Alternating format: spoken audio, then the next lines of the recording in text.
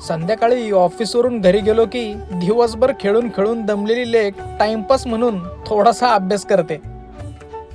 बबू, तुला बजरंगबली सारखी ताकद पाहिजे? मग धर, हे खा.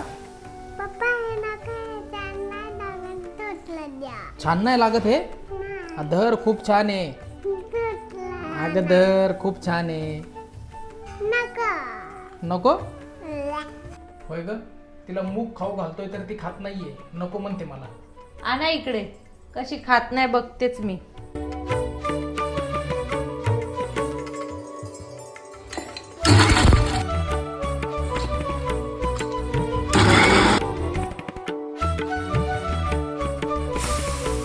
हे आमचं आणि हे लेकीचं. खाऊन बघ.